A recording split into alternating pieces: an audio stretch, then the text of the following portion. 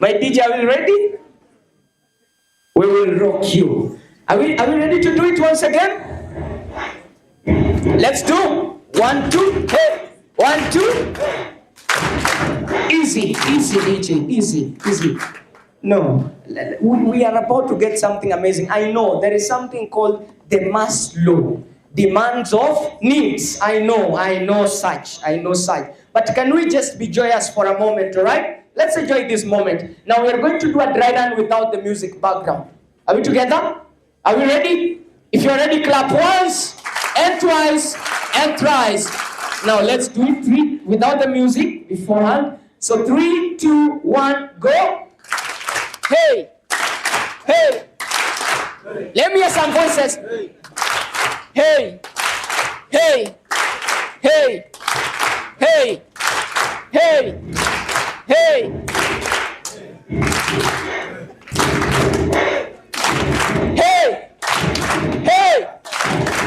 Let me hear some voices. Hey. Ongeza na kudance. Dance. Hey. No, I want to see people dancing. Hey. We will rock you. Hey. We will rock you. Turn to your neighbor. Dance to your neighbor. No, look for a neighbor. There are some people without neighbors. No. Look for a neighbor. Hey, turn to your neighbor. We will rock you. Tell your neighbor once again. We will rock you. Hey. Aya, onyesha neighbor yako the dancing style. Onyesha neighbor. No. We will rock you. We will. Easy. Thank you so much. You can have your seats now. How many of us are still exhausted, tired? They don't feel like going on? No, you're allowed. Negotiate for yourself. How many of us feel like we should go on? How many of us want us to go on? Okay, now this is the statement. Should we go on or not? Those who are supporting, we should go on. May as many as of the same opinion say, aye. You are joking. You are good jokers. You can't just go to your vehicle. You came here and you knew the event is ending at around 4 p.m. Then I ask you, should we continue? You are saying no. You're not serious. Sorry? You want a break? Okay, a break is coming very soon. But before that break, in the next at most 20 minutes, okay? In the next at most 20 minutes, then we'll have a 5-minute break. Visit the loo, get something you can buy it. If you can get it around here, then we'll come back. Are we together? Yes. Thank you. You're now amazing people. Now, we are going to have the main reason as to why we are here is because, hello, if you can hear me clap once, if you can hear me clap twice and thrice, kindly, the airtime is mine, allow me talk, okay? Thank you. Umusifanye niende nyumbani bila unga. Thank you. Now these trophies, that was on a light note, these trophies are here because we have amazing people who are supposed to take them home with them, right? We have the medals, we have the certificates, and I'm reminded that during the breaks, there are certificates from the previous events. Therefore, if you were to take a certificate from the previous CASA event, kindly during those short breaks, visit the desk out there, then you'll be able to get yours. Are we together up to that point? Now, ladies and gentlemen, now after the presentations, we'll go for a 5-minute break. And then as we come back, when we'll be coming back, we'll have Mr. Robert Ateo, who is the programs director at NANRI, who will be giving us a keynote speech. Let's appreciate him once again. Let's appreciate him. Sir, we acknowledge your presence. Feel most welcome. Thank you so much. Now, right about now, this is the order in which the presentations will happen. I've said the teams are going to use at most 5 minutes each. Are we together? Can we be patient enough to wait? Can we be patient enough to wait? Let me see some nodding of heads. Can we be patient enough to wait? Thank you. You know, I have to say, can I see some nodding of heads so that you nod? Yes. So this is how they are going to present. We'll have the first section of presentation, then the next will happen afterwards. But I'll communicate that further. Now, we are going to have the first team that will be presenting, and the judges, I'll ask us to Fadali, let's occupy the seats on this side. The judges, let's occupy the seats on this side, so that at least when the presentations will be going on, you have an easy time and also coordinating yourselves. So the first team, these are the teams. I'll not mention them in order, then I'll mention them in order once again. We have 8 teams that are going to present, but the first one will be first 4 teams, then the other 4 teams will present later on. So we have KCA University in the house. Let's appreciate them. Let's appreciate them. Let's appreciate them. The number 2, we have Kabarak University. Let's appreciate Kabarak University. Then we have, of course, the sons and daughters of the soil, Multimedia University. Let's appreciate them. Let's appreciate them. Then we have Moi University. Let's appreciate their presence. We also have, I was told that if you're mentioning that university, can you put an article before that university's name? So the University of Nairobi, let's appreciate their presence. Let's appreciate their presence. And of course we have Kai Mosi. Let's appreciate Kai Mosi. Let's appreciate Kai Mosi. We have Mount Kenya University. Some of you are not clapping. I don't know why. Is it because Mount Kenya has been mentioned? Okay. Anyway, let's continue. Let's appreciate Kisii University. Kisii University. Thank you. Now, this is the order of presentation. The first team that is going to present will have Multimedia University presenting. Wait. You people give me some morale. You know, my saliva is going, so give me some morale. Appreciate me when I talk. I'll also appreciate your schools, okay? So this is the order. Number 1 is Multimedia University. Thank you, you're good people. Then the second one will be KCA University. Thank you, you're so amazing. Then we'll also have, the third one is Mount Kenya University. You people are amazing. Keep on the spirit. Then the fourth will be, can someone guess the fourth one? Sorry? Kaimosi. B. Yeah, all of you are correct, but this one is the answer. Kabarak University. Let's appreciate them. Then afterwards, number 5 will be the University of Nairobi. Let's appreciate them. Then we'll have Kaimosi. Then we'll have Moi, and lastly, Kisii. Let's appreciate them once again. So let me know when you're ready. The judges are ready. The judges are ready. The teams are ready. Let me get a confirmation of that. If I see the judges here, I know things are ready. Thank you so much. The stage is yours. And just a reminder before they talk, there is a book here. It's called An Introduction to Trade and Globalization. And since you are very hungry, you are very hungry for knowledge. Knowledge. Those people who ask questions, I saw you. We're giving you these books for free. Each of you. Appreciate them. Appreciate them. Then after that, you'll have trivia questions. If you answer, you go away with the book. Let's be knowledgeable, right? That's what has been said. So, sir, the stage is yours.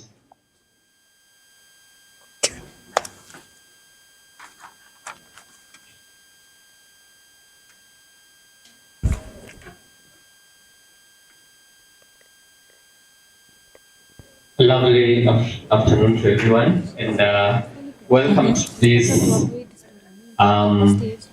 presentation, or let me call it an event within the scheduled event that we have right now. And basically, like you've been informed, we will have 8 teams presenting.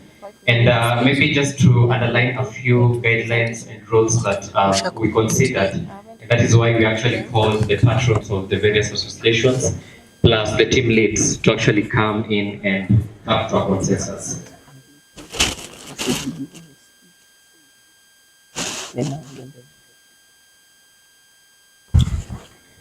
So from the guidelines given, we have agreed that one team or one institution will only be liable to give out one team. We will not be having one institution giving out 3 teams because that will be unfair to the rest of the institutions. Number 2, the presentation will actually be carried out in 10 minutes, and I'm actually being informed that we'll only allow the first 2 to present. So basically, out of the 10 minutes, 7 minutes will be for presentation, then 3 minutes will be for Q&A from the judges. And with me, I have my colleague who will be in charge of the tech rumble. So I just want to give out the nominations as per the teams. For the entrepreneurship judges, we will have, I will serve as the chief judge. Regina Indeche will also be part of the team. Brand Kibet will also be part of the team. And then Mesha Komundi will also be part of the entrepreneurship. Then I'll give the chance to my colleague to talk about Tech Rumble. Thank you. Thank you, Chief Judge. Ladies and gentlemen, participants, hosts, and each and every one of us. Once again, I'm Sibiu, and my task this afternoon is first to introduce the Tech Rumble. Basically, this is something that builds up on a session that we had late last year that was at the University by session of Kenya and Economics Scholar Panel. The idea is that we bring together teams to harmonize ideas, then come up with something that is more of writing collaboratively, just trying to reflect on some of the challenging issues that we face at the moment, and trying to see how best we can address such problems. This idea, I wouldn't really say is originally ours, but is something that has already been placed. We are only building upon and benefiting from what the generations that came before us have done. The idea is simple, that we encourage participants to think without the box. So basically, there is no thinking outside the box because we do not have any box at the moment. And also we anticipate that people or participants are going to find time constrained in trying to address these issues. So the faster we do it, the better. Then at the same time, we are trying to see at how best can we integrate the existing knowledge and ideas, particularly on the frontier of technology and innovation, in ensuring that we not only discuss, but also come up with something that is going to society and to our own scholarship as students, as faculty members, as policy makers and experts. So now, before I proceed further, let me introduce the panel for this particular activity, whereby we have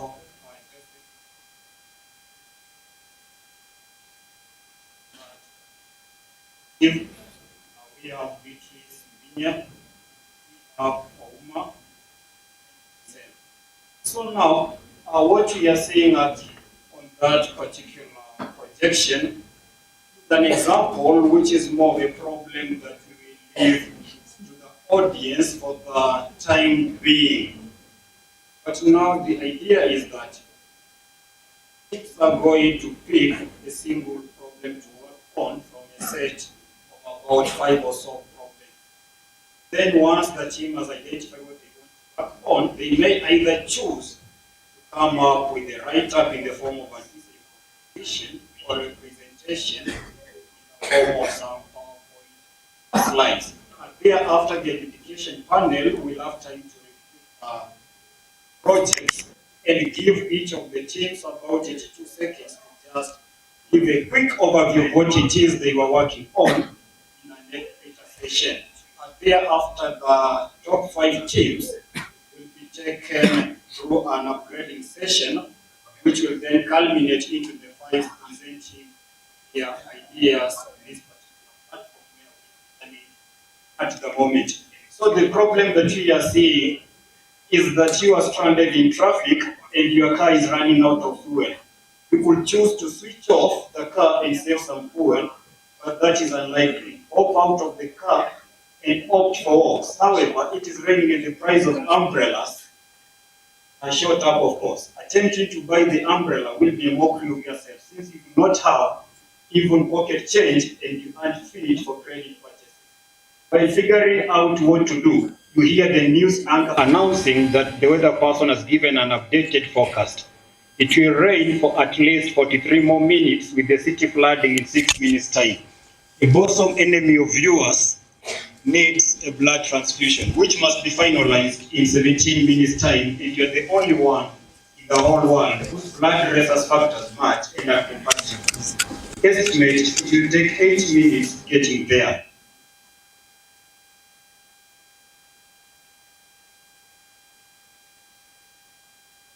Yes.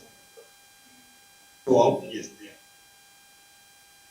So under normal circumstances, and another 5 minutes to have the blood transfusion finalized. If she dies, you won't last a week. No. Just stop there. If she lives, all your heart's desires will be realized. You haven't achieved a thing in life, but only forgive yourself are failing those that believe in you. So basically, tell us about your strategy. What you will do in the solution you think will be viable to you. And if you do not see any viable solution, maybe you could help us understand better. If the problem is not clear, I think that the framing is problematic. So, dear audience, as you ponder over that particular problem, allow me, with the permission of the Chief Adjudicator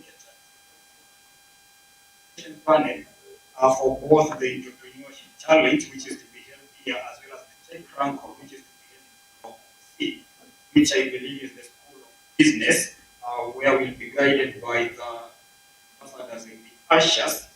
So let me announce that the education panel is convening right now in what is referred to as an assembly, which is in that particular tech rankle.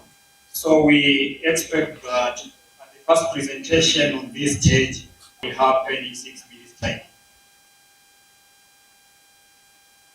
So basically at this juncture is just to encourage the teams to be prepared. And it's not because they were the hosts, but it's because they actually chose that number. So MMU will go first, and then we shall have KC going second. So from this point here, we'll only remain with the adjudication panel dealing with entrepreneurship, and then the chief judge in relation to tech rangle will convene somewhere else. Thank you.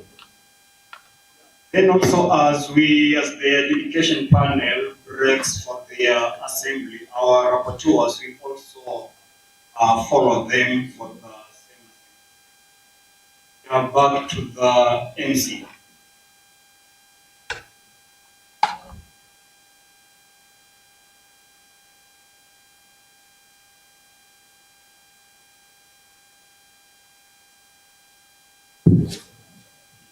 Well, I'm not the MC, but I'm a timekeeper. I cannot afford to waste any time.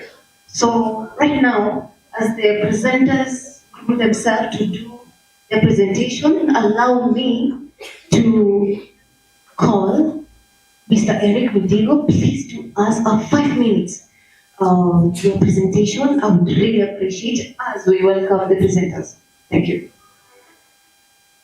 Why I'm mentioning that is the idea of entrepreneurship never crossed my mind when I was in undergraduate studies, and therefore I can say that you are very much privileged to have this forum where you can start thinking about what you can do in the future I founded an NGO in 2020, and this was to address some of the gaps that we see in our communities. And by the way, for you who are here, economists, one of the people that helped me to start my idea was an economist.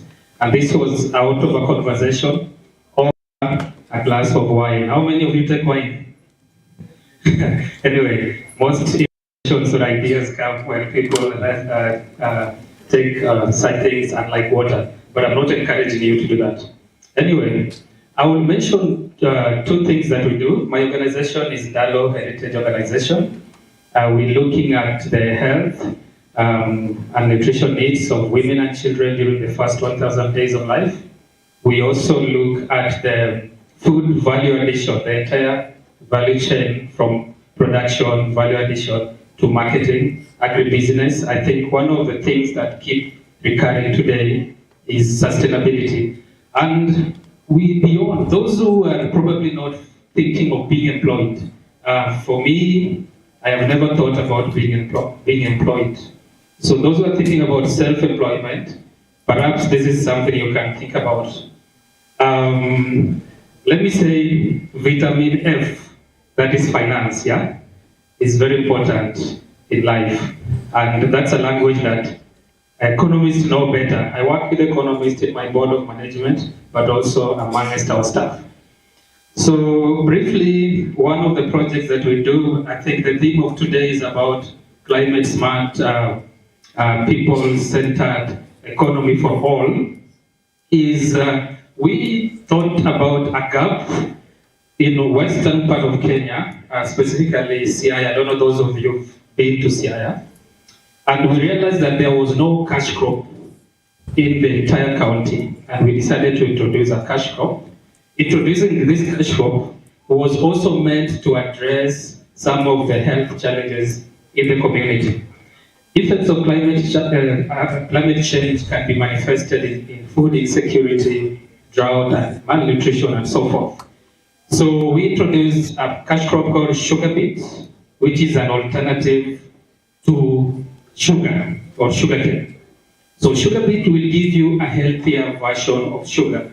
You are addressing malnutrition, you are addressing diabetes, which are problems in the community. And there's a book that I read by someone called Adam Kahane, which says collaborating with the enemy. So we chose a big enemy in quotes, Coca-Cola. Coca-Cola produces the sodas and the rest, and we know how that contributes to diseases, health, even for children, so forth. So we approached them and we suggested this idea. We are going to produce this sugar beet, which has a low glycemic index. They buy it from the farmers. And actually the language of sustainability is also very important if you're going to do an intervention in the community. Our model is to invest in the land of the farmer. So we don't like buy land and do those kind of, we invest in your land. We do drip irrigation and we do everything organic. So we introduce fertilizer in form of probiotics in the soil. But this sugar beet, the long-term goal, which we are looking at 5 years, is to do a sugar factory, which will also create jobs. But within the sugar beets, we're able to produce other products like molasses, biodegradable plastics, animal feeds, and so forth. So that is one thing that we're doing. And it can just give you an idea, how can you solve problems in the community? How can you make money? How can you create employment for yourself and others? And have an impact in the work of climate action. Finally, most of our communities, we are, like in Kenya, when we're talking about challenges of food insecurity, people are talking about the unga, those kind of things. So most people rely on cereals. Cereals can include maize, rice, wheat, and so forth. We chose with this reliance on cereals. When you consume these cereals, you are actually not getting nutrients, but also over-reliance on maize is a problem. So we introduce an alternative to maize, which is sorghum. Sorghum is very rich in specific nutrients, like iron, which we feel will help us address iron deficiency anemia in mothers. However, this sorghum itself, when you consume it, you don't really get optimum nutrients. So we decided to do value addition. In the community, we have fruits that go to waste. For example, mangoes, guavas, and so forth. So there's a science behind it which I will not go into. But when you take these fruits, you process it into a powder, you mix it with specific ratios on this staple cereal, you are able to improve by up to 300% the amount of iron that maybe a woman who is anemic might need. So you see how you are solving a problem using a vehicle which is like a staple food. Hallelujah. Thank you very much.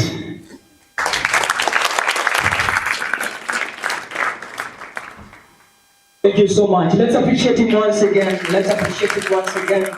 Let's appreciate him once again. I acknowledge that some of us are very exhausted. Let me use the word some.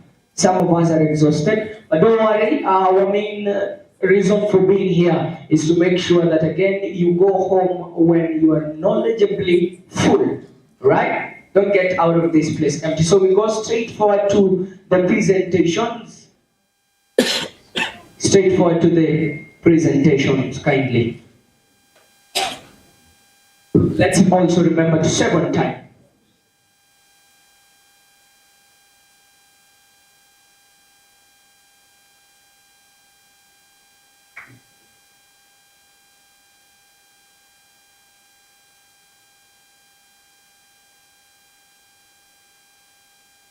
Then I'm being reminded that those participating in Tech Rumble kindly go outside and meet the team at Block C. Kindly, Block C. Meet them outside. Those participating at the Tech Rumble. So do I have the judges ready? Teams ready?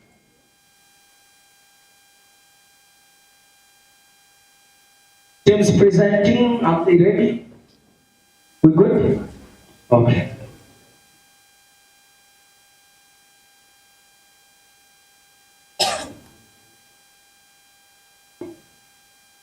In the meantime, my DJ, you can do something. Let's also appreciate the DJ, please. Let's appreciate the DJ. He's doing a really amazing work.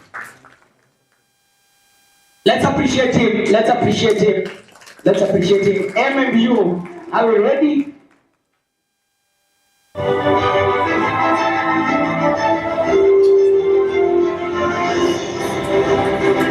Let's appreciate them as they get on stage.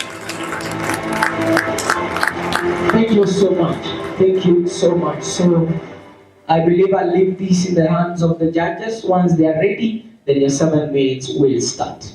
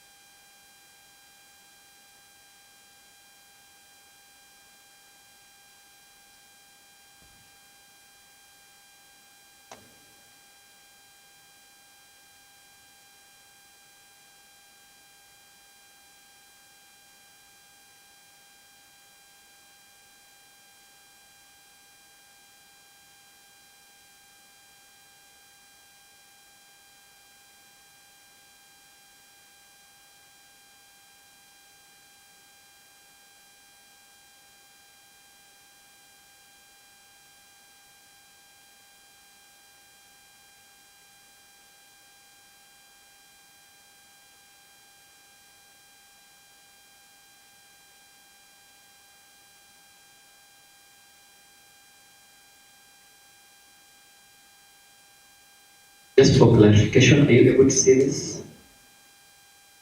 Are you able to see this? Okay. And this? Fine.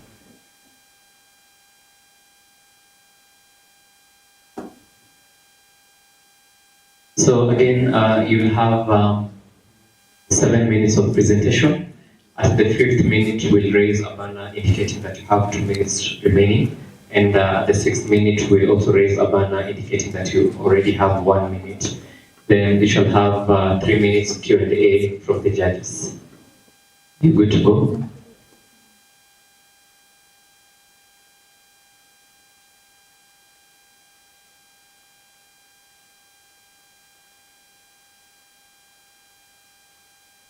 Your time starts now. Good afternoon. It is from Multimedia University. So in Kenya, when you talk of agriculture, one thing of some quotes come to mind: the backbone of the economy, we talk of the Russian invasion of Ukraine, we talk of the largest contributor to the GDP, and the largest employer of the rural population. But some problems, these are the problems that are facing the sector. But now, due to the emerging technologies, drone technology and AI, we have come up with a solution which is called the smart agri systems.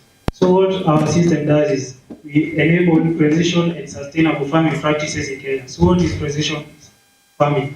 This is a system that allows for specific application of either nutrients or maybe say the pesticides and the herbicides in farms, thus ensuring that we have climate sustainability and profit maximization among farmers and also solving food insecurity in Kenya. So, given the current levels of population, now we may ask ourselves, why the project? Given the current levels of population growth and the cost of inputs that are rising, we have to solve the question of food insecurity because the United Nations says that food production has to grow by more than 70% in order to tackle, to be able to sustain the levels of population that are growing. But now another problem that comes is 40% of the agricultural production that goes to waste. What does that mean? That either the food that is produced does not reach the final consumer, either due to quality or maybe due to the prices. Now the next thing is with our our impact, with our very own technology, our project aims to solve the following sustainable development goals. That is Sustainable Development Goal 1, 2, 9, and 12, and it's also in line with Kenya's Vision 2030. So with our very own drone technology that we assembled ourselves, we are able to collect data either using, this one is an RGB camera, the thing that is rising to the top, that's a transmitter. It transmits data from the drone to our servers. When we collect the data, after collecting the data, our mission is to ensure that we can offer precision-based solutions to farmers in Kenya. Thank you. Okay, so using the drones shown above, the data is collected using the following methods. The first one, we have DLG imaging. The next one, capture data. We gather data, which uses the DJI X3 camera to capture data on plant chlorophyll and also biomass, which then for scouting, yield prediction, and as well as stress management. The second one, we have the thermal imaging, which uses the most X3 camera to capture data to detect temperature differences on crops as well. This will allow for early detection of the problems and also allow for precision irrigation. And the third one, we have the multispectral imaging, which uses a survey tree camera to capture data. That is to detect data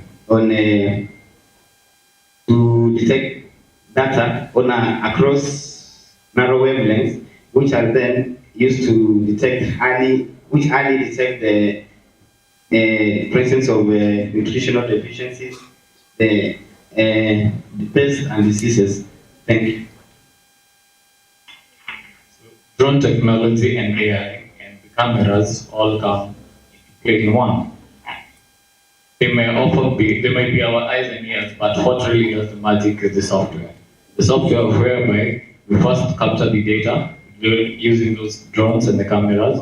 then the images are processed so that they can be viable to train a data set. That is, it's first cropped, then segmented, then filtered, so that you can have a viable data set. Sorry.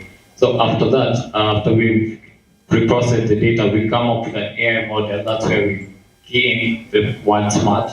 We come up with an AI model by training a set using the data acquired to train and validate our data model, an AI model, thus creating a model that can offer solutions beforehand.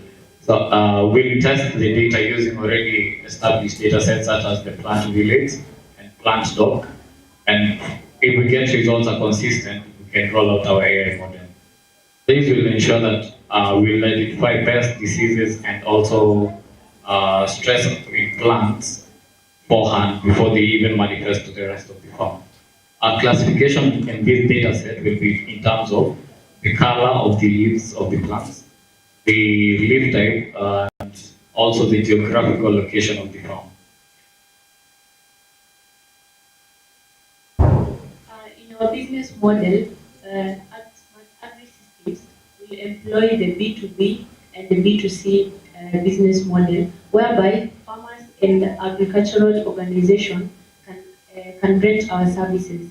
Also, the small-scale farmers can rent our services in groups, thereby allowing economies of scale and better decision-making.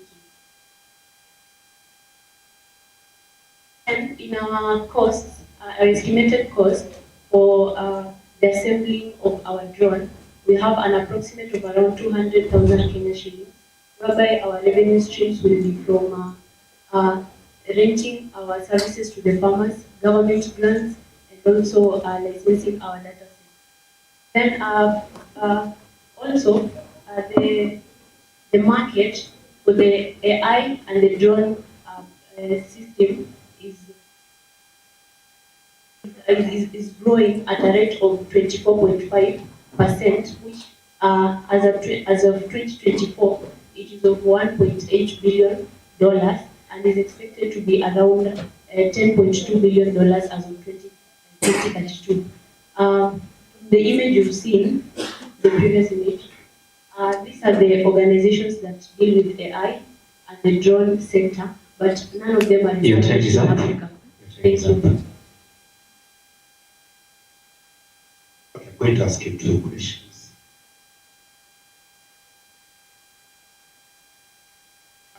The first question, you understand that this model exists, using the same things in this way. We appreciate that you did say this. 2, we need to understand how is the cost-benefit analysis approach. We've seen the market analysis. For people to adopt a new system, we need to see how the benefit vis-a-vis the cost relate.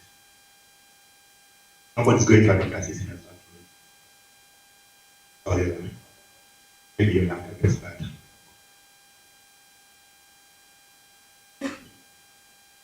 Question will be maybe the sustainability of the product. I highlighted the point of the generation of food production.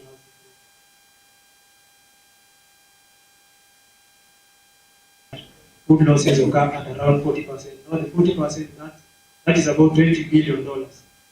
Just to cut you short, we're asking a very simple question. I am a farmer, right? Economics we say that for a baker or a butcher, they are not benevolent to do them. A farmer is not interested in food security, he's interested in the income. So we needed you to show us how beneficial is it to you. You are not benevolent to just get. That's the point that I'm highlighting, that food agricultural losses occur at around $20 billion globally. Now what happens is, we say precision agriculture, and we say that it allows for specific application of pesticides. Now what will happen is that the farmer will be saving on his cocoa cost, on input cost.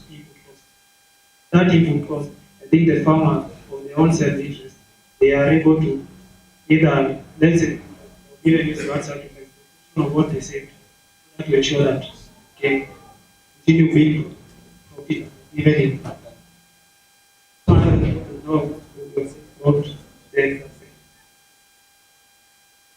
ability.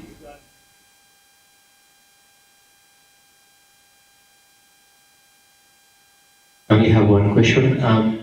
At what point do you break even for someone who really wants to invest in your business? At what point do you break even?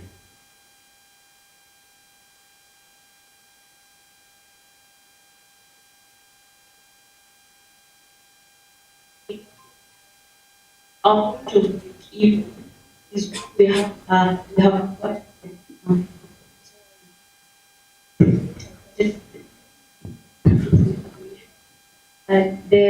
when our project has started getting enough finances,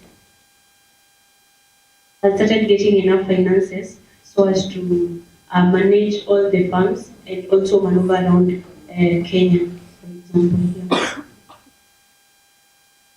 I also have a lot of questions in my head, but if we narrow down to one question, I'll just as my colleague talked about smart agriculture already exists. So I would really love to know, how are you selling this to me that I really have to opt for your smart agriculture or the drone that you're bringing into the market rather than the other one? Because we understand that this already happens, but then sell it to me that I have to do away with that already exists, and this is what yours brings, or this is how better or how different it is, and it would help me as a farmer either to save on cost, to save on whatever it is. So I really need that to come out clearly, because if this is a technology you're going to sell to a farmer back home, you really need to substantiate why then you have to buy in the idea that like just sell it to me. So use an example. Let's say if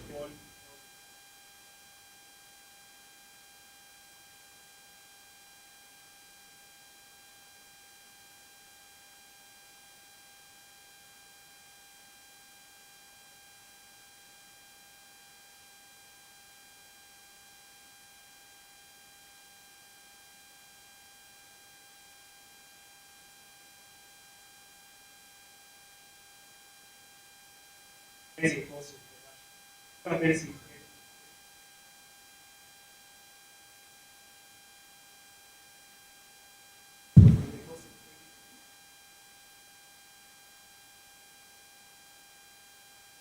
Like basically, I want you to market that drone technology to me, like market, not like give me an because I might think that is a theory or a story you're just giving to me as an example. Tell me, I don't know, like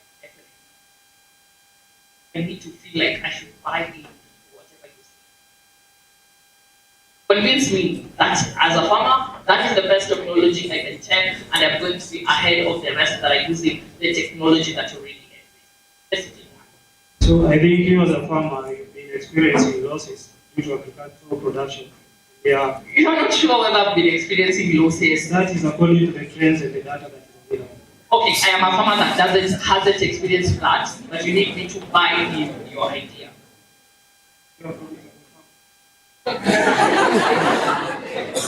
It's okay. Let's clap for them for that wonderful presentation. Thank you so much.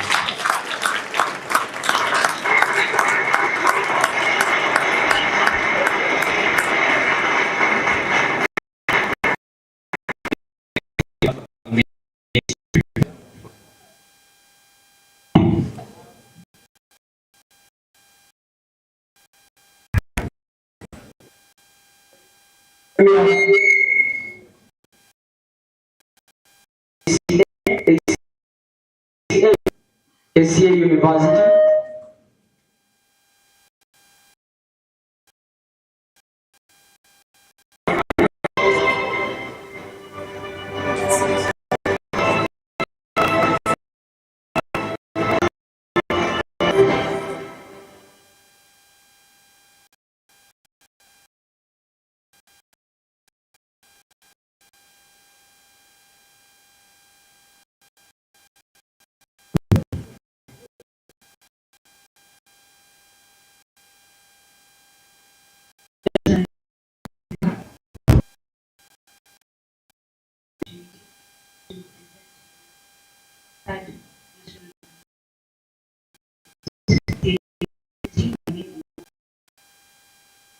And this is Carol. Please wait.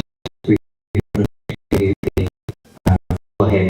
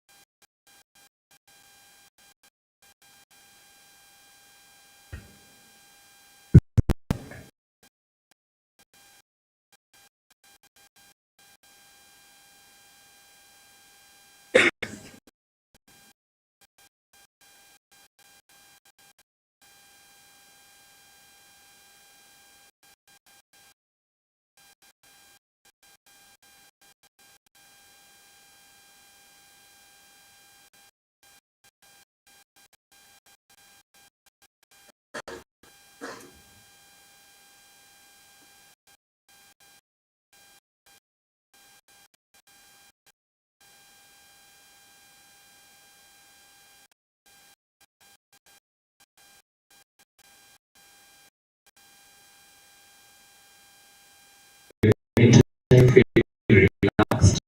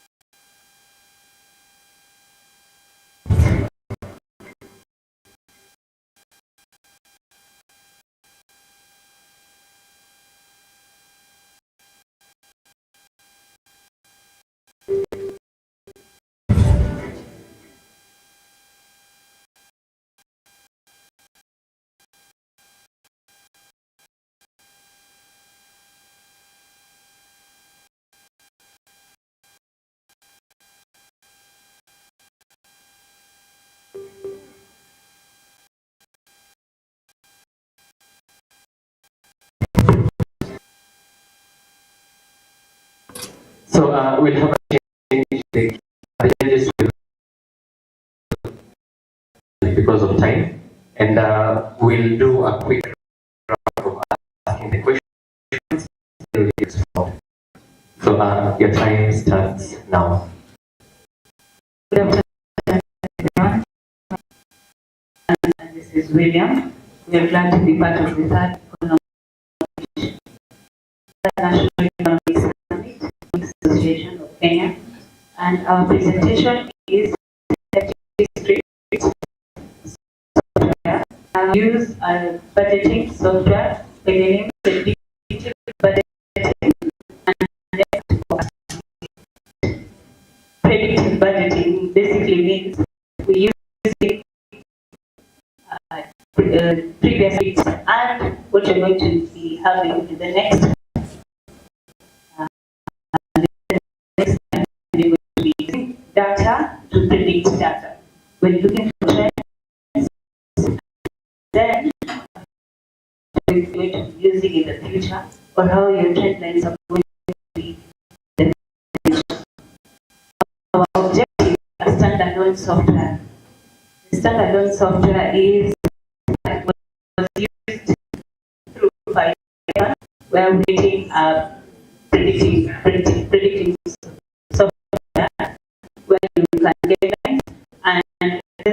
time series data. The second one is encourage sustainability, where tell you or predict for you how best to use the resources that you have. And then the third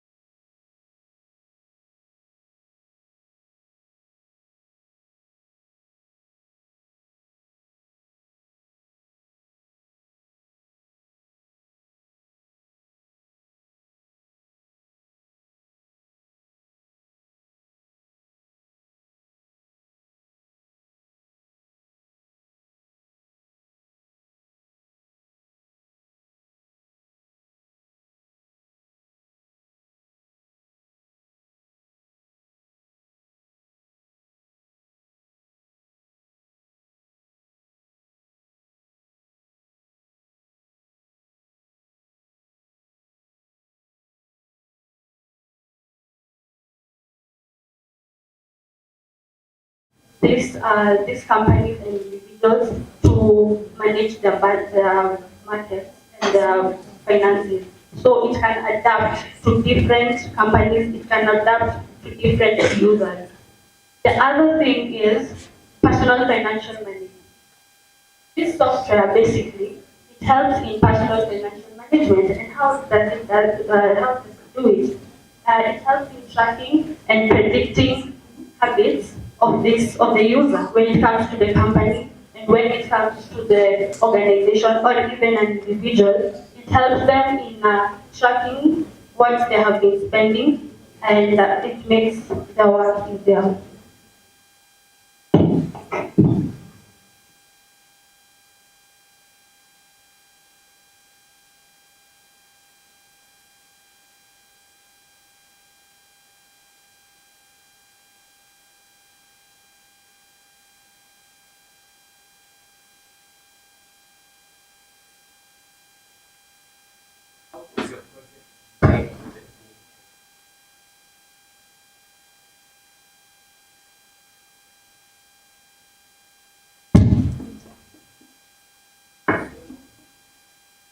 What gap are you addressing?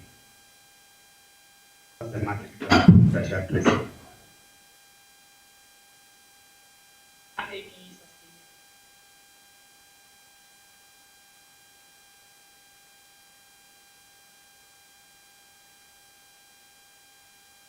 you very much. So let's tackle the first question. Our business model. So our business model is we're creating a software when we're charging people eventually to use the software. So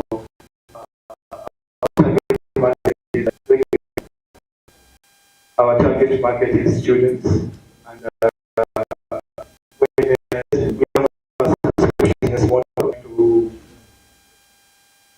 we're trying to subscription business model. That's basically it. It's quite simple. Just basically subscribe.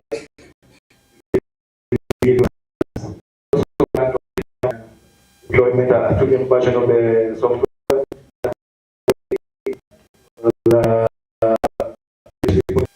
Yeah, that's technically it. Okay.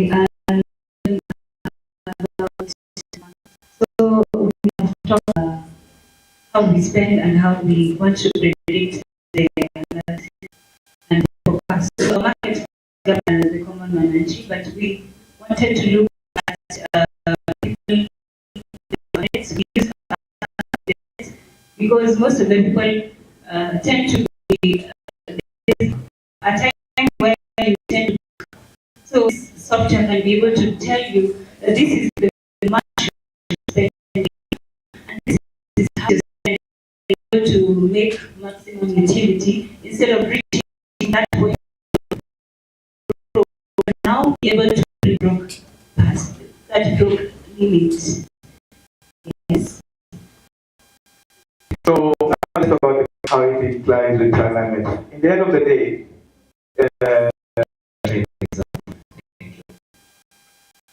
let's clap for them.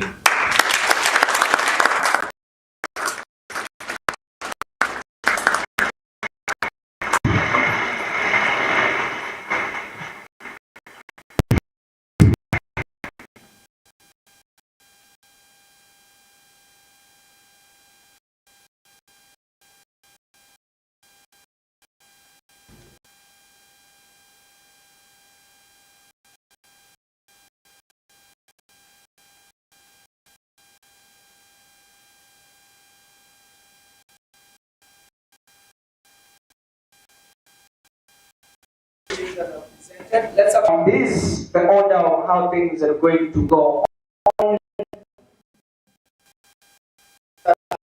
Move onwards, we'll have the next thing, but now I'm being told, let me know if this is an agreement with the judges that each individual from each representative. Oh, for the slide. For the slide, the rest will come and present up here.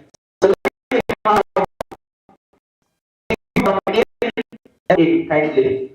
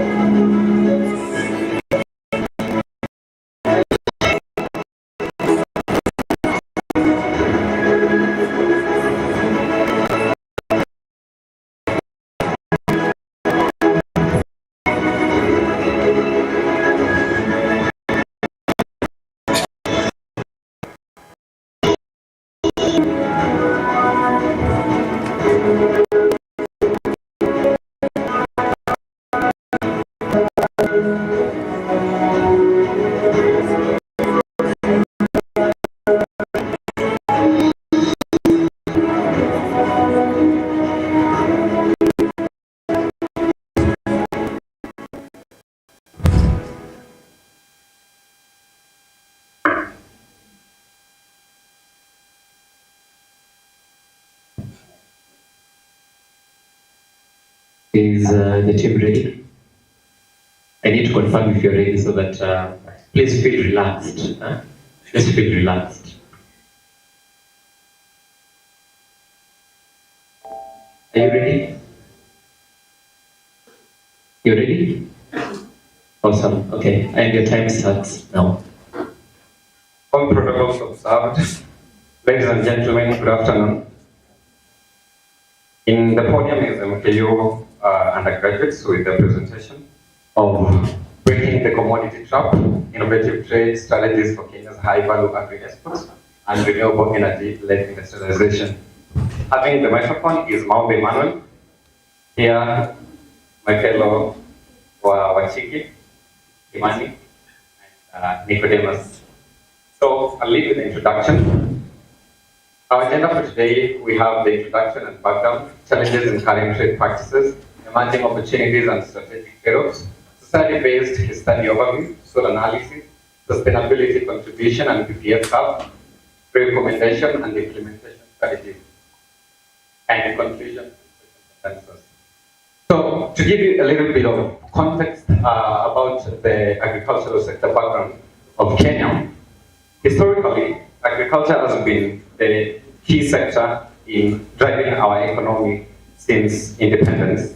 It has been a key contributor, but it has been relying all along in bulk exports such as tea, horticultural produce, and coffee products. Emerging need, so in this case, there is an emerging need for transformation because due to the global market shifts that necessitates value addition, and our objective for this presentation is transition to a value-added export model for enhanced sustainability and resilience.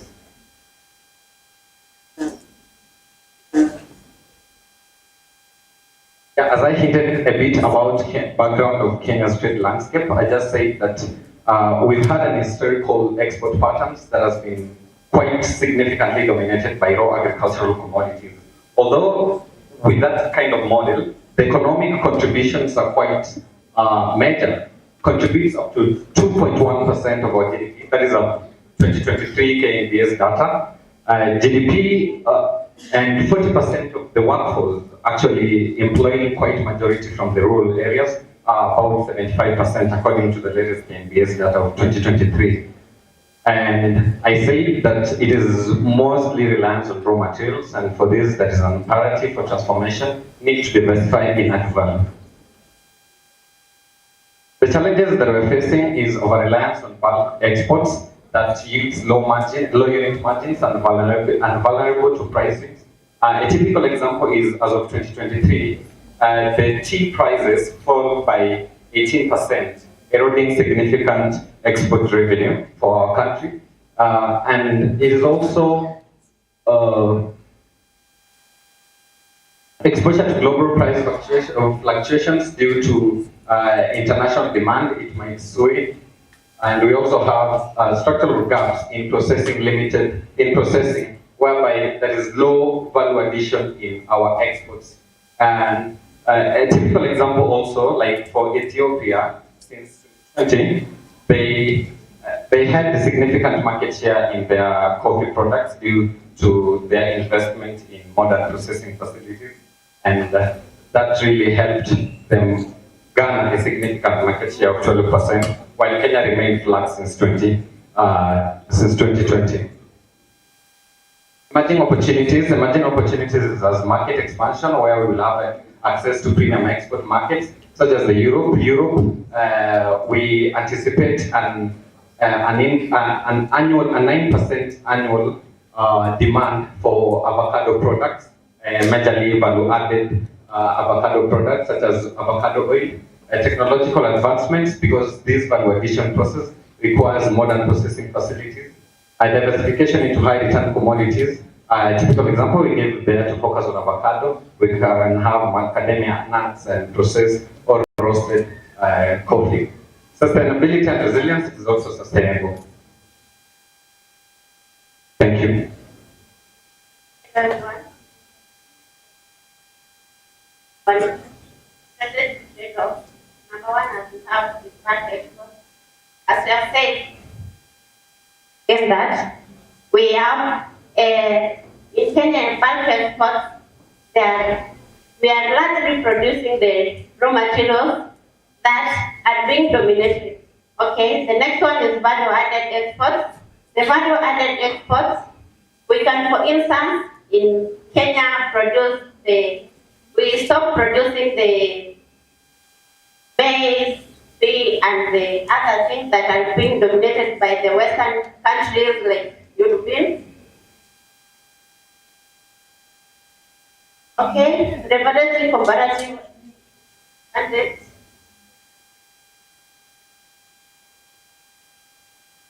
Good morning, everyone. I will be talking about the social-based on our case study, where we currently in Kenya we do more producing, but we have with less income. But in this case, we need to produce the same but a higher return. Where in most cases there is a small-scale production of value-added goods. It has helped in improving overall livelihoods within the communities and the individuals, and it has helped in certain food security, where there is less resistance to droughts and floods and such climatic conditions. And there is an integration into technology, where there is improvement. There is an improvement in such logistics, and in our visual flow chart, we can say that in bulk we can produce more.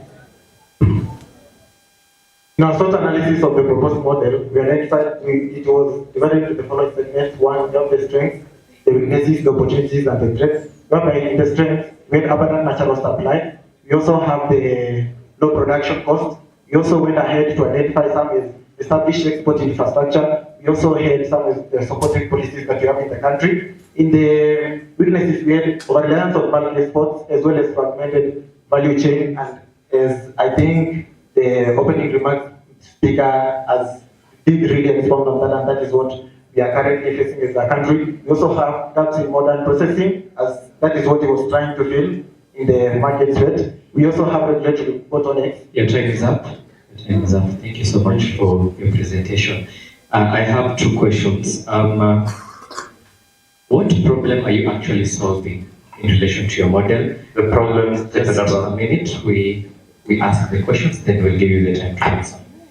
I've forgotten his name, but there's a guy I've forgotten his name, but there's a guy who started a company of exporting or packaging this mrenda. Yeah, such kind of initiatives. That is what we're trying to drive. That is what our model of value addition is trying to address.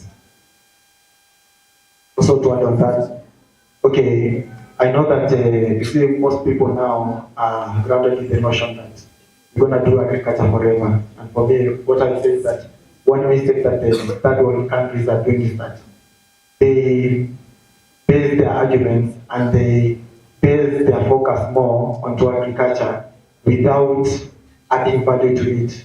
In which way?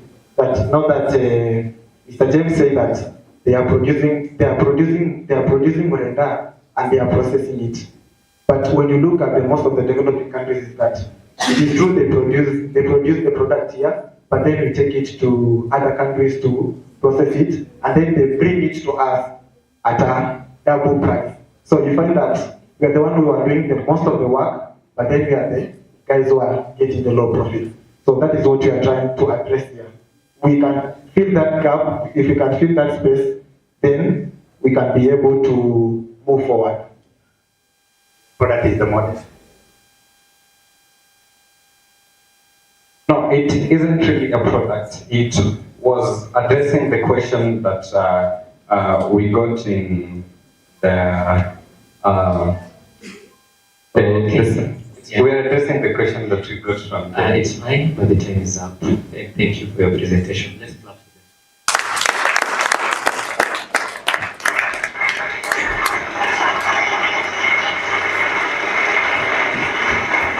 Thank you so much. Thank you so much. That was Mount Kenya University. Let's appreciate them once again. Let's appreciate them once again. I can feel there's some tension in the room. Is that true?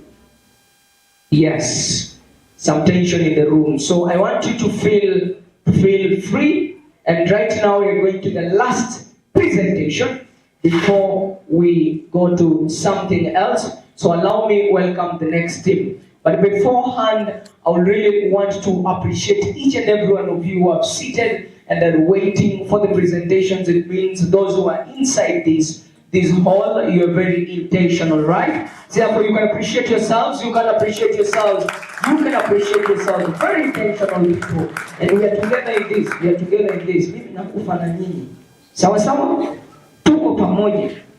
Now, the next team that I'm inviting on stage, we are having Kabarak University. Let's appreciate them at the round.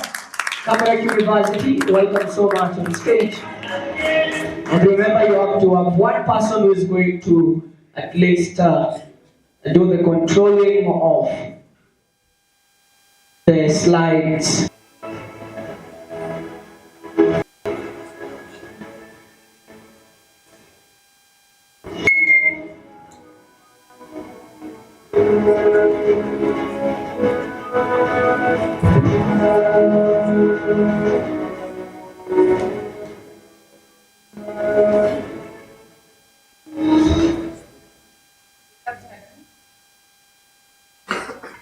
I am Mrs. Joanne.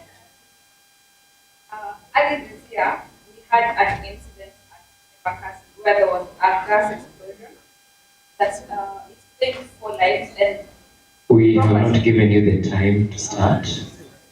Thank you.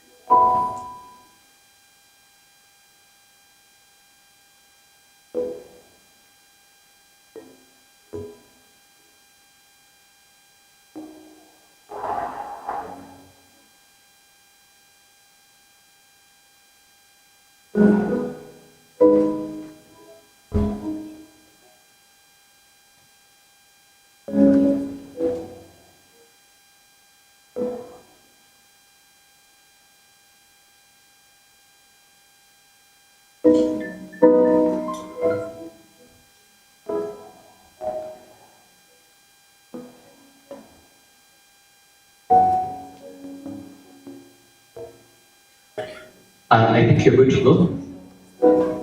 All right, so your time starts now. So,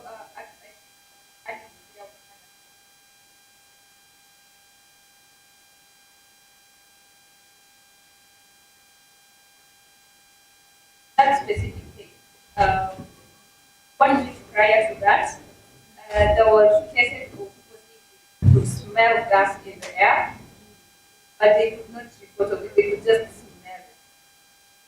Tempted with, not tempted to the gas cabin, there was a flash flood. There was a flash flood, it happened in the and 71 people. And it was in the middle of the night. No one could tell the responders that something that happened to any technical audience. That same thing happened at there was a flood. Everyone was asleep. And the responders came to the site at around 3 a.m. That is 4 hours later. And as we know, in such cases, time is essence. Right? That's what we have. Such situation. Okay, retaliating on what she said, looking at the numbers last year where we had in that the floods thing, there were 43 counties affected. It's not so clear, but 17,938 people were affected by the floods. And most of these could have been avoided had it been averted earlier. So our solution will be working in 3 ways. We're coming up with a framework for communication and having sensors on the ground that can detect this kind of disasters with immediate effect. Imagine if we have a fire here, when I looked around, I could not see any emergency numbers we could contact to call. And in case of a fire, everyone will panic and go. That will take at least 15 minutes to give a call to city council. But with our solution, the sensors will pick up the fire, then send a text message to the owner of the house or the caretaker, and then also send to the first responders. So among what we are doing to solve the problem is real-time detection through sensors, immediate notification of those who are around. So it will be in twofold, that text message being sent to the caretaker of the house and the responders, and also a sound and visual alarm for those who are within to evacuate. Yeah, that's it. And to retaliate on it, we are not only working on fire, I use fire as an example. We are working on gas leaks, which was the most common cause of infernos in houses last year. So, and also on floods. The issue of floods, we shall be monitoring the level of water in real time, and according to Red Cross standards, when water gets to this point, approximately 1.7 meters, it's time to evacuate. So for us, we start at 1 foot, notify you that wherever you are, be on the lookout, there might be flooding, and also we shall place some sensors on the house for Red Cross and others to monitor the drainage, so that those who respond, they should be preparing even before the floods happen. And also while traveling, it could be monitoring. I'm going to take through business models. So Rescue Node adopts 3 models. We have business to business, business to government, and business to consumer.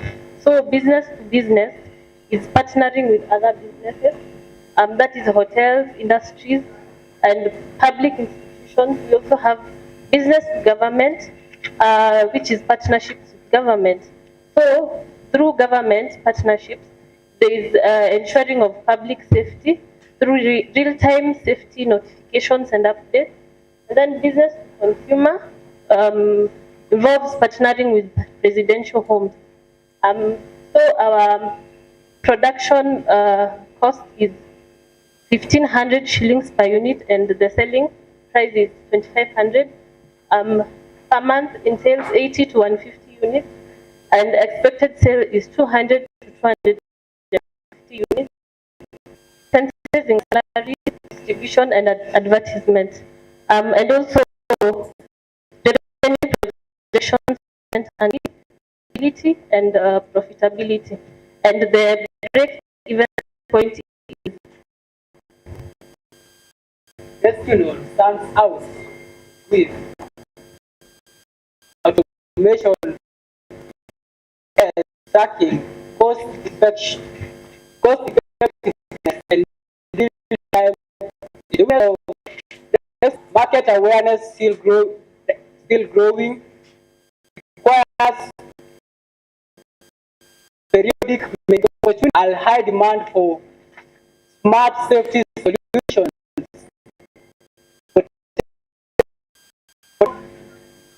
Potential government and cooperation and the to new technology, market entry barriers in some. I'll tell you about our social impacts and how we are going to bring society on. Now, rescue note extends to reducing fatalities and disaster prevention, or create jobs in the technology and we saw creating about disaster resilience, as we also looking for environmental protection. We are in alignment to United Nations Sustainability Goals, which is trying to reduce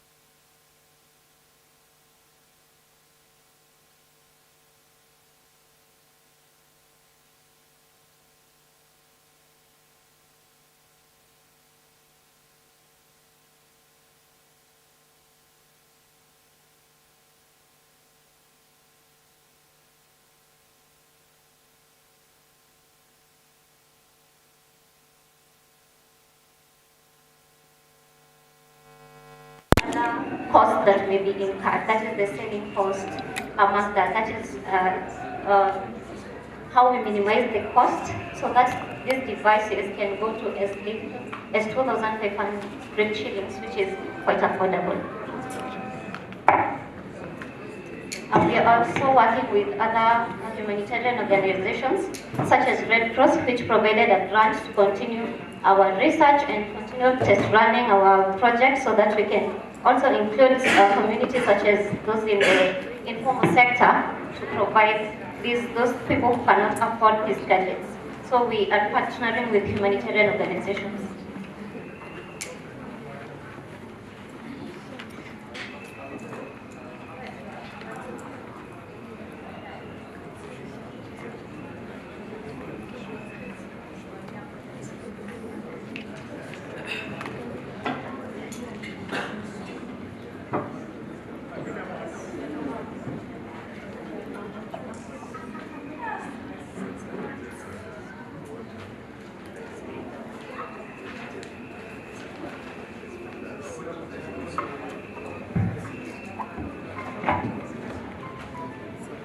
Okay, thank you so much. And as you have seen, our team is quite diverse. We have those who are technical, we have our finance strategist and the business strategist, and we have our partnership advocates.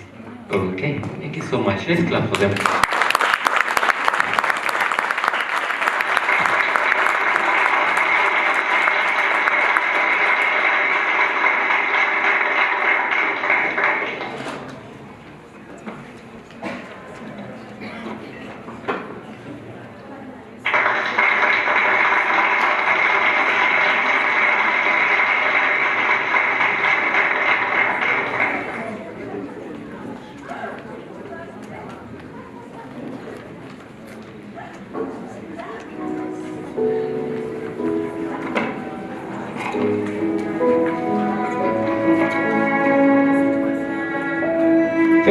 Thank you so much. Thank you so much, my DJ.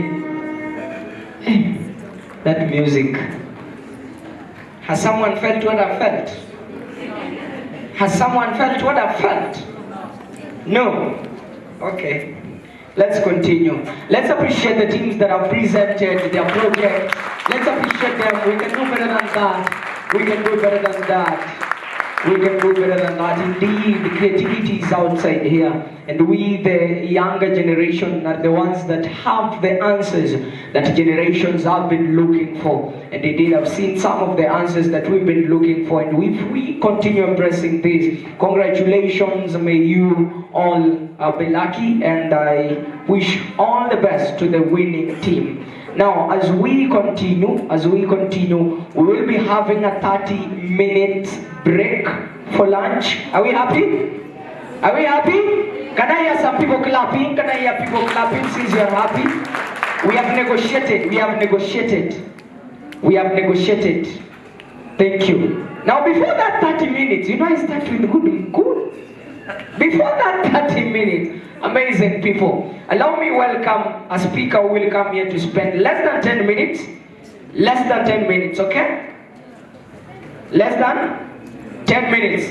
Now, I'm going to present a speaker to you this afternoon, a speaker who has, gone beyond the ages of life and the ages of economy and bringing solutions that the society needs within the niche in which she exists. And I bring a speaker who is a digital marketer and lead generation expert.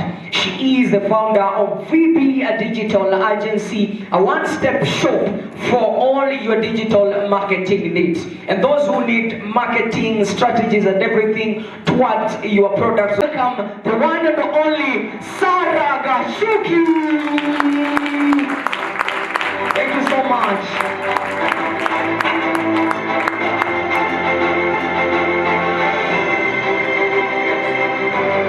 Thank you so much.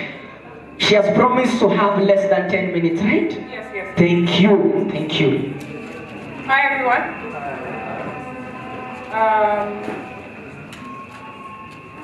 Let me start by saying, did you know that your certificate after your degree is not your doorway to your success? Get me right. I am an alumni of Makerere University.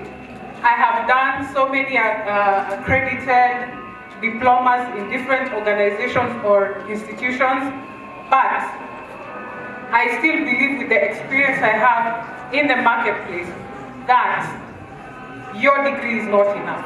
So what do you need in order to achieve success? I can say 3 things. And like I said, I'm going to take only 3 minutes. Not 3 minutes, but 10 minutes, sorry. So, there are 3 things I want to talk about to your success. And first of all is a computer.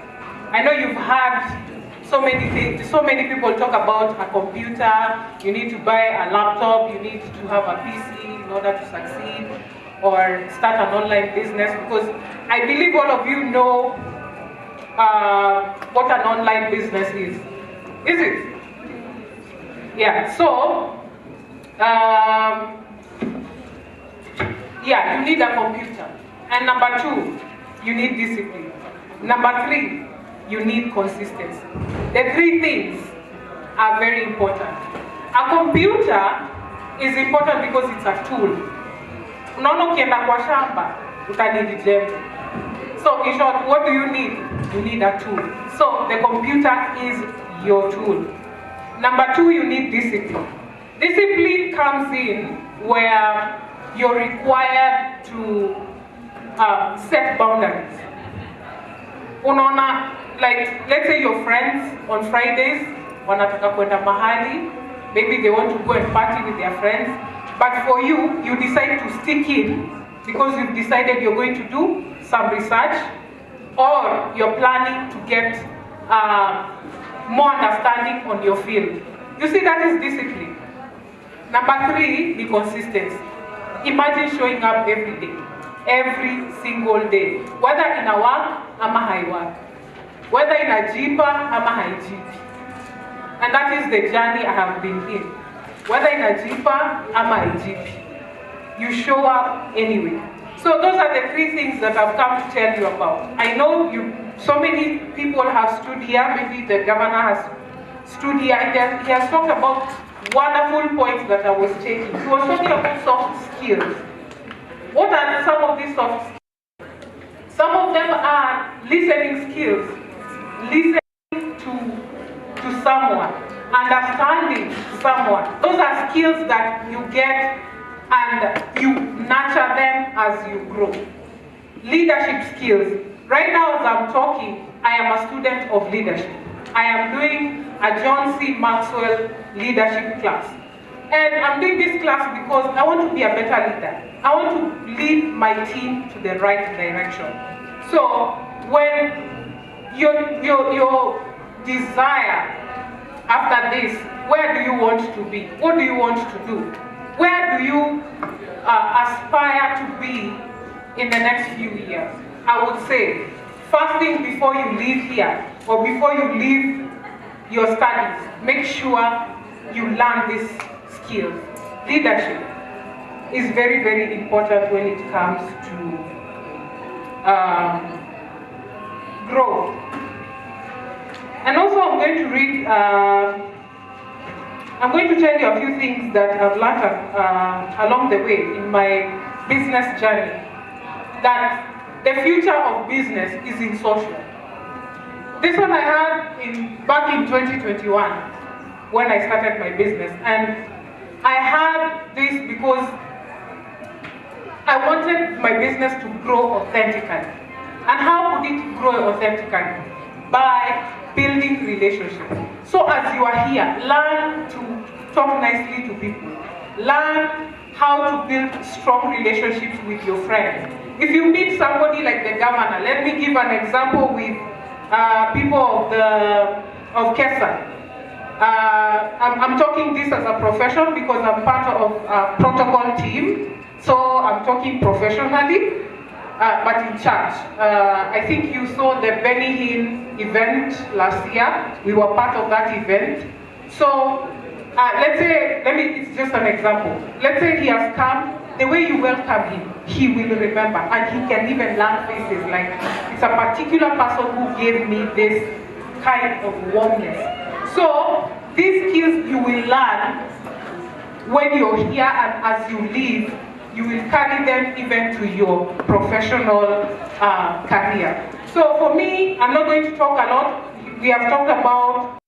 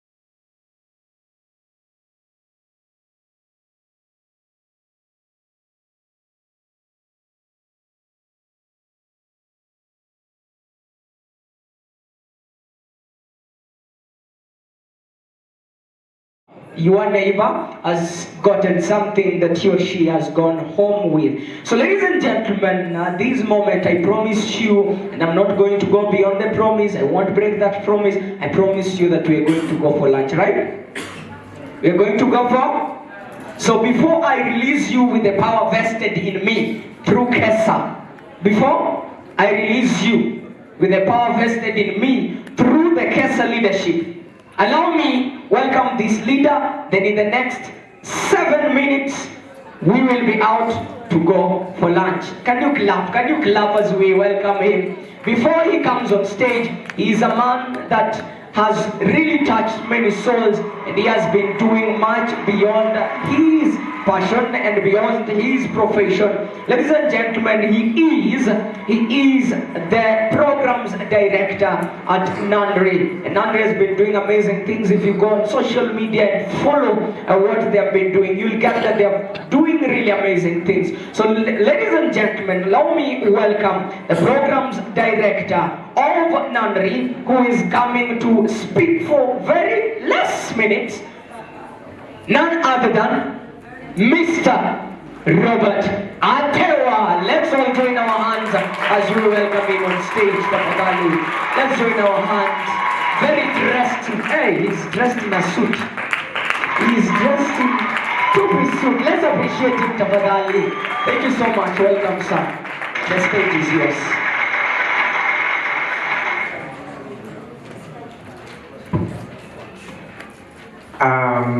I know initially I had 30 minutes, but we had some consensus, and we've agreed that yes, as he said, that's what we are going to do.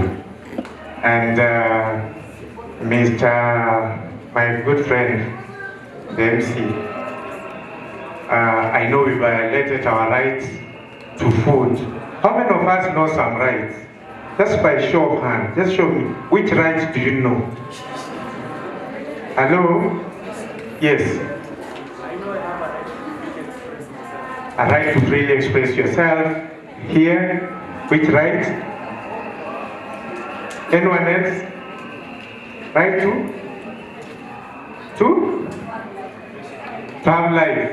Right to live. Any other rights? Right to vote. Any other right at the back? I want us to have a conversation. Right to education, yes. Any other rights? Right to privacy. Right to privacy. I want to leave at that. As you heard, my name is Robert Athewa, and I'm representing my executive director, Gilbert Sebihogo, who was not able to join us, but allow me not to read the speech, but I'll definitely have to make some reference to this. Where are the rights in all these discussions that we are having? Do we see human rights as an important component in the discussions, in the discourse that we are having? When we talk about right to health, and as someone who mainly focuses on the issue of the right to health on the continent, talking about Maputo Protocol, working closely with the African Commission on Human and People's Rights, rights for the children, working closely with the African Committee of Experts on the Rights and Welfare of the Child. Where is the welfare of the child in all this discourse? Where is the welfare, especially for women? Even in these innovations that we are coming up with, where is the girl child? When you deny to go for maternity leave, do you see that as your right? The sisters and women, mothers, aunties, comrades in the house, do we see that? Do we see that as a right? No. Is it a right? Maternity leave is not a right? It is.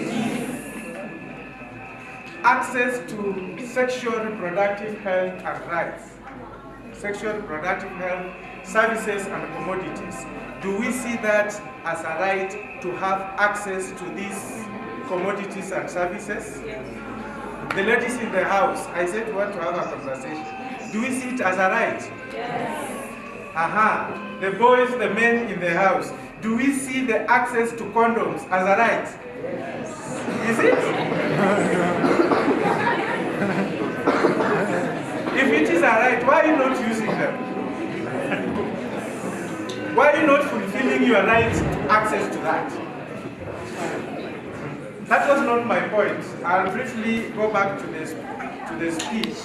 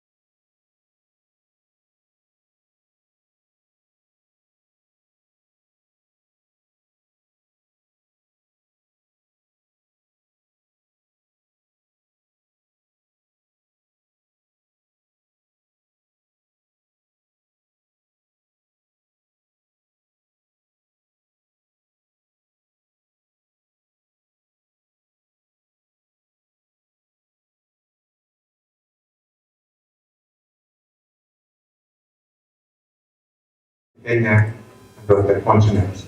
As the late Nelson Mandela said, to deny people their human rights is to challenge their very humanity. Thank you.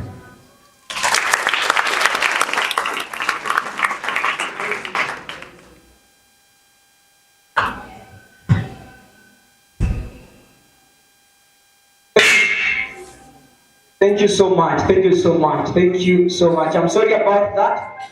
Those are things that happen. Thank you so much. Let's appreciate him. Let's appreciate him. Let's appreciate him. Thank you so much, sir. You know, it might have looked or sounded long for some of us, but if you are very keen and intentional, you got out with something, right? Right? Who got out with something by show of hands?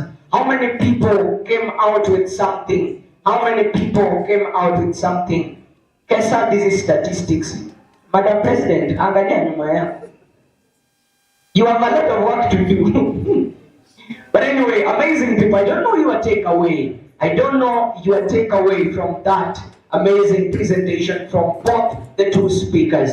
But my takeaway is all of us can make a change. And the change begins from within. If you break an egg, or rather if an egg breaks from an outside force, the life of the egg ends. But if you break it from an inside force, the life of the egg begins. Great things begin from within us. Ladies and gentlemen, with all the power vested in me as the master of ceremony, najua mimi ni master of ceremony, allow me call the first session of these, economics summit to a close as we go for a 30 minutes break. Promise me that in the next 30 minutes we'll be here for the next presentations. Do you promise me so? Do you promise me so? Someone is saying no. No. The day you will be seeing people presenting and going to big occasions and having opportunities is the day you will say, I wish I went for the second session. Because the second session has the most amazing things that you've been waiting for. Are we together? So are you promising to come back in the next session? I told you opportunities don't come for you. You go for them. And that's why I'm standing on this podium today, because I went for opportunities. Therefore, ladies and gentlemen, in the next 30 minutes, we'll be having our break. Go buy something, go have some conversations as we wait for the next session. Thank you so much as we break for lunch. You can have your time. My DJ, let's travel this journey together. Thank you so much. Thank you so much. Remember, the next session we'll be having presentations. We'll be having some, amazing sessions where people will be celebrating after the award ceremony. Thank you so much.